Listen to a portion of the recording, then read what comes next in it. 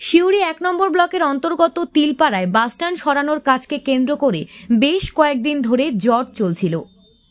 মূলত সিউড়ি ১ নম্বর ব্লকের ব্লক সভাপতি এবং সিউড়ি পৌরসভার চেয়ারম্যানের মধ্যে দ্বন্দ্বকে কেন্দ্র করে কাজ বন্ধ হয়ে পড়েছিল।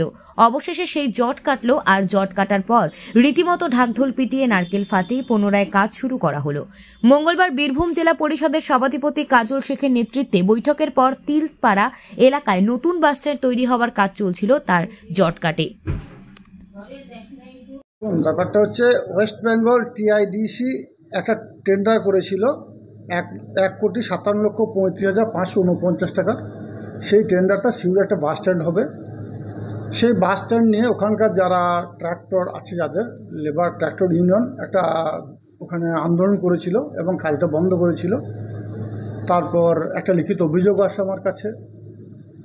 সেই অভিযোগের পরিপ্রেক্ষিতে ওখানকার যে টেন্ডার পেয়েছে তাকে এবং যারা ওখানকার লিডারশিপ আছে তাদেরকে নিয়ে একটা বৈঠক হয়। জেলা পরিষদ সকল কর্মাধ্যক্ষরা ছিল, আমরা সকলে বসে আলোচনা করি এবং একটা সলিউশন বের করি। যদিও কালকে রাত্রেবেলায় ওদের 20টা ডাম্পার ওখানে দাঁড়িয়েছিল।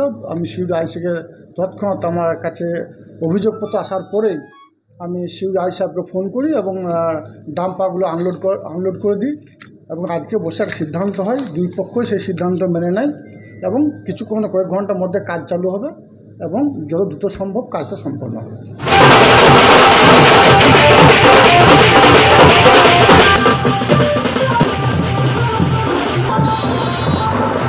আজকে ধরুন আমাদের ট্র্যাক্টর নেমেছে, মালিক যারা কন্ট্রাক্টর এজেন্সি তারাও এসছে, পূর্ণ কদমে কাজ শুরু হয়ে গেল।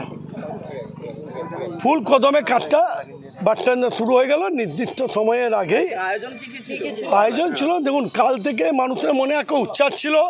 পুজোর মরশুম, ট্র্যাক্টরগুলো বসেছিল, সেই ট্র্যাক্টরের মালিক, ট্র্যাক্টরের শ্রমিক, এলাকার যারা 100 দিনে কাজ করে তাদের মধ্যে আনন্দ খুশি যে আজকে আমরা এখানে কাজ হবে এবং বাস স্ট্যান্ড তৈরি হবে। এটাকে আমরা স্বাগত। আমাদের কাজকে ত্বরান্বিত করতে হবে, আমরা ওই মধ্যে দায়বদ্ধ আছি এবং আমরা ত্বরান্বিত করছি যাতে কাজটা সম্পূর্ণভাবে তাড়াতাড়ির মধ্যে সম্পূর্ণ হয়ে যায়।